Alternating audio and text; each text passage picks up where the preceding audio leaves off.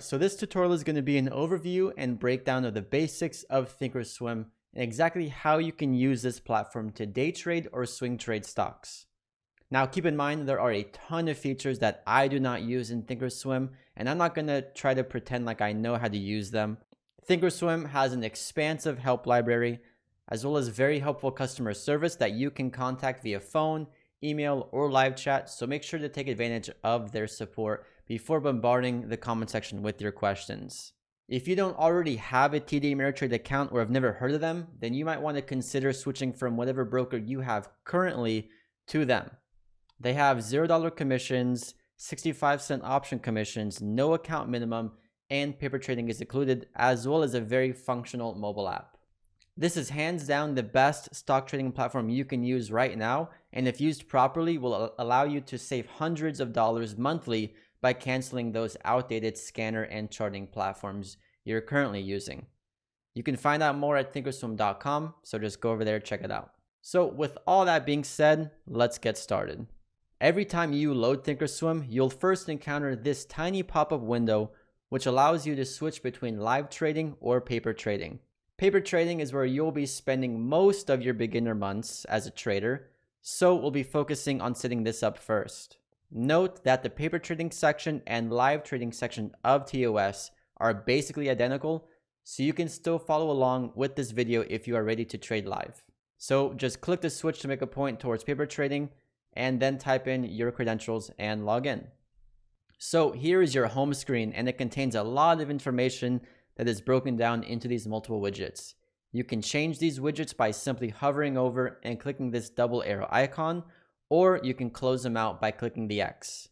These aren't really too important, and honestly, I almost never check my ThinkOrSwim home screen. You can see that on the left side, there is an expandable sidebar with multiple widgets as well. It has your account info, a streaming live news section, the Trader TV section, and a watch list, and a very small window where you can pull up a quick chart if you want. You can also modify these widgets by pressing the drop-down icon on the top right and pressing Customize Gadget, or close it out by pressing on Delete Gadget. If you don't want to have these taking up your screen space, then you can close it out by pressing the arrow to collapse it.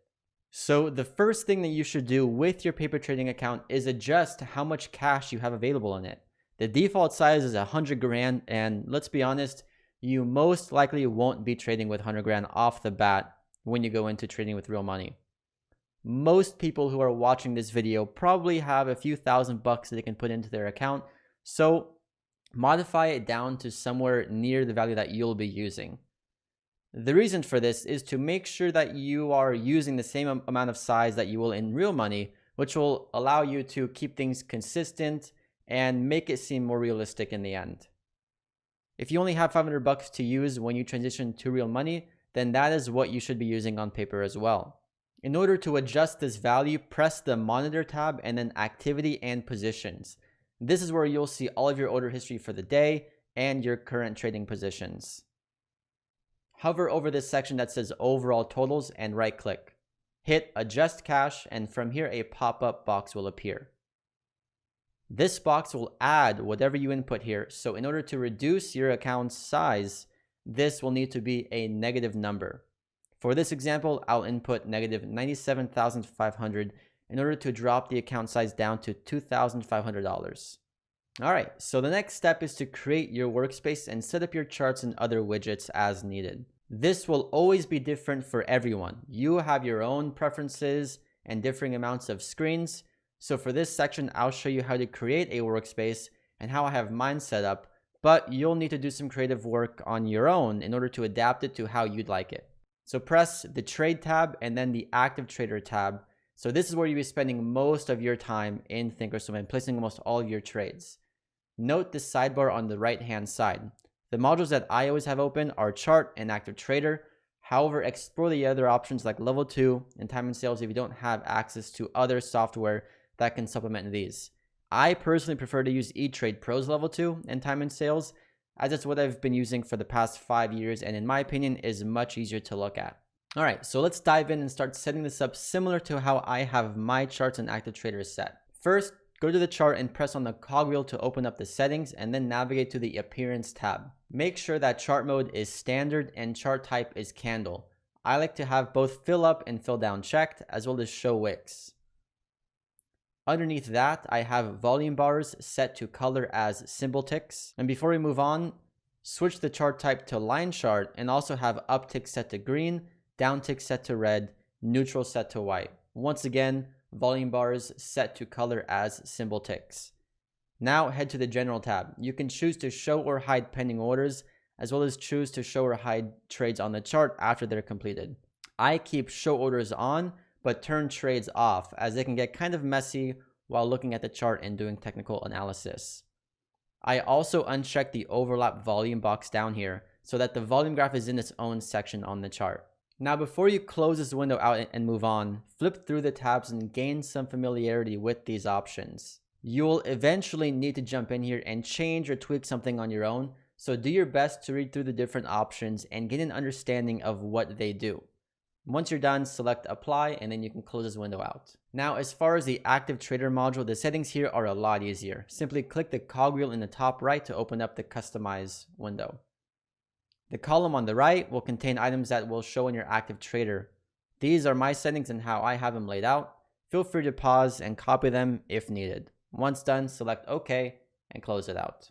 So let's talk a little bit more about how to manipulate the charts now, as charting is definitely the core component of trading that you need to understand before you even consider placing any trades. Let's minimize the active trader as well as any other tabs for now, just to give ourselves some more room to play with. Okay, so let's start off with some extreme basics. You can change the time frame of your chart by pressing on the button to the right of the cogwheel. The first number is the amount of days history that will be loaded, and the second number is the actual time frame that the candlesticks will represent. For example, 1Y, 1D means that 1 year of history will load and that each candlestick will represent 1 day of trading. If for any reason you want to modify these, you can press the time frame tab at the top and gain access to a lot more settings. Load more days of history, change the aggregation period, and even input a custom range of dates in order to pull up charts from years in the past. This can be very helpful when looking to study the charts that I show in the TradeBuddy lesson library. One more thing to note here is the ability to switch between candlestick charts and line charts. You can do this quickly by pressing on Style, Chart Type, and then selecting from the following list. I always do this when looking for levels of support and resistance on the daily and weekly chart. The line chart makes it very easy to do this. The next most important thing to utilize when charting on ThinkOrSwim is pressing down on the middle mouse scroll wheel. This will open up your toolkit. And if you want to be able to click and drag the chart, press the soft hand pointer and then you'll be able to do so. In order to adjust the scale of the chart, you can click and drag on both axes in order to expand or contract the range of price and time that you're seeing. Or you can press the magnifying glass in the bottom right to adjust the time scale. If you want to shift the chart over, then you can scroll the mouse wheel up or down while hovering over the chart in order to shift the chart left and right. I personally just click and drag the slider at the bottom since using scroll wheel takes way too long.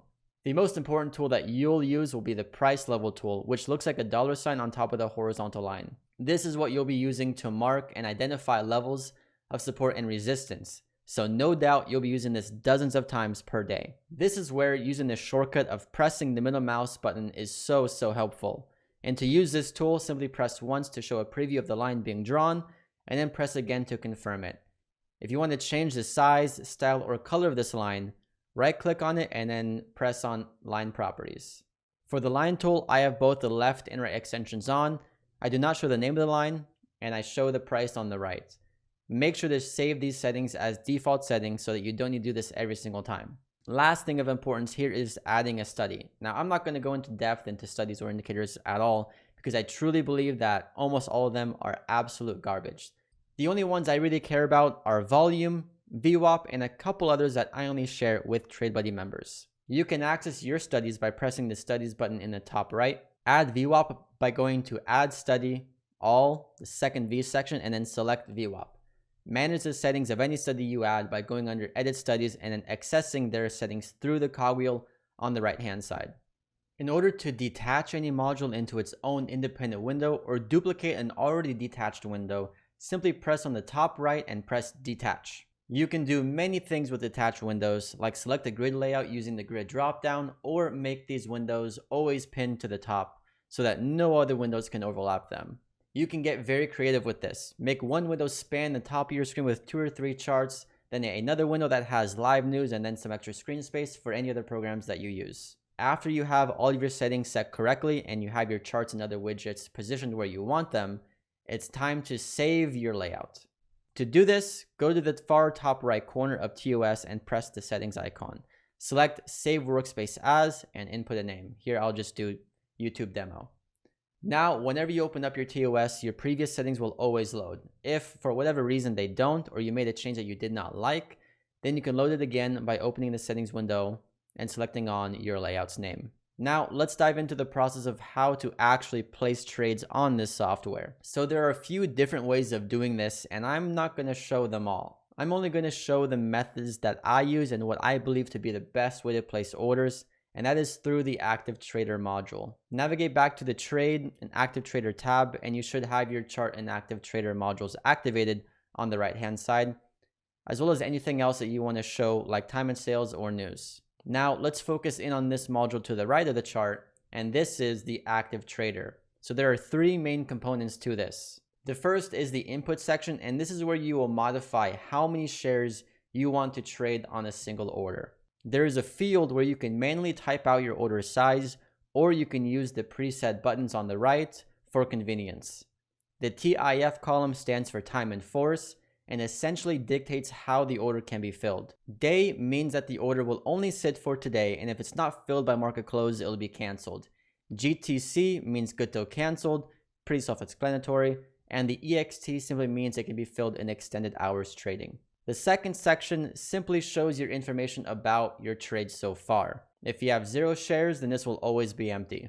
B/S shows how many shares you've bought versus sold today. Position long tells you how many shares you're currently holding. Average price is just the average price you have of your position.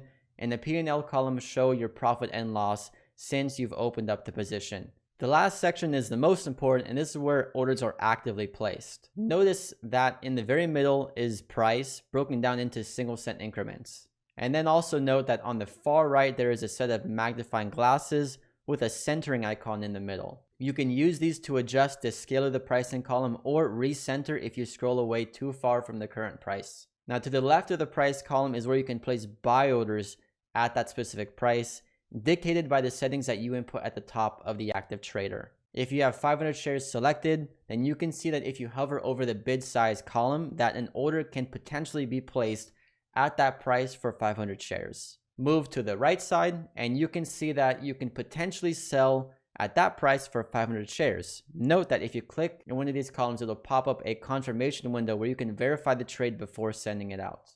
If you want to avoid having to do this confirmation, then you can either check the box that says auto send at the top of the module or hold shift while clicking into the column.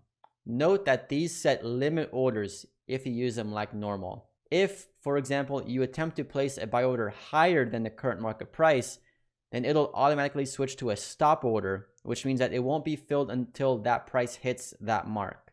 The same thing happens on the sell column. If you attempt to place a sell order lower than the current price, then it'll automatically turn into a stop order. You can avoid this by holding Control while hovering over the column. Want to cancel any orders?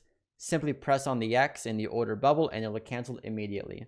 Want to change the price of your orders after you send them? You can simply click and drag the order bubble into the price desired. When you do have a position on the stock you're watching, Active Trader will place highlights at your average price in order to help you locate your position in the price column.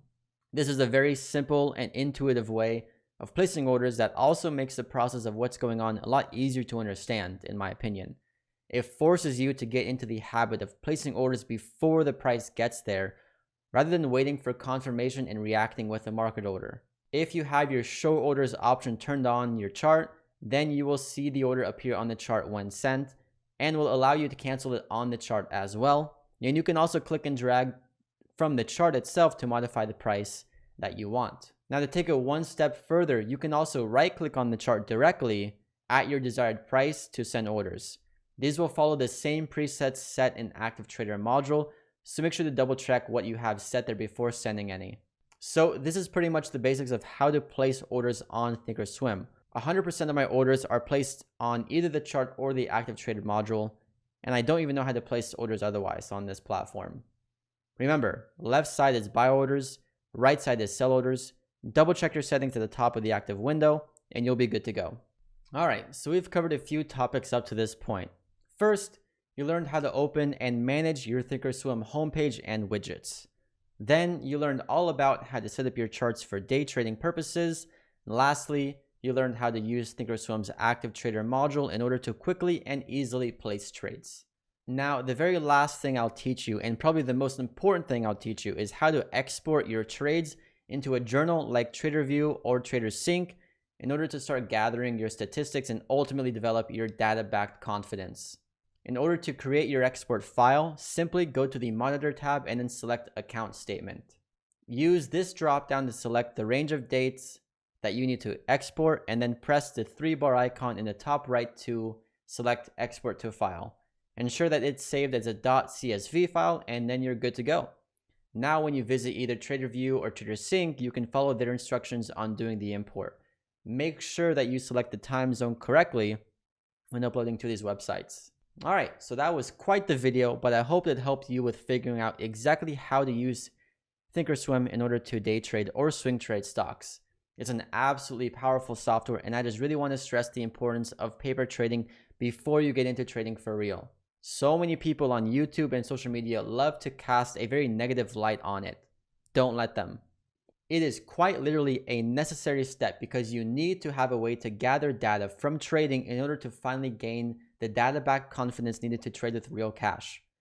Paper trading suits this role perfectly because you can practice the profitable strategies that I teach in TradeBuddy, gather the data needed to trade for real, and instill good trading habits by not being blinded by greed or fear. If this video helped you out, please smash that like button and make sure to subscribe to stay up to date on future uploads. Let me know down below something that you either hate or love about ToS.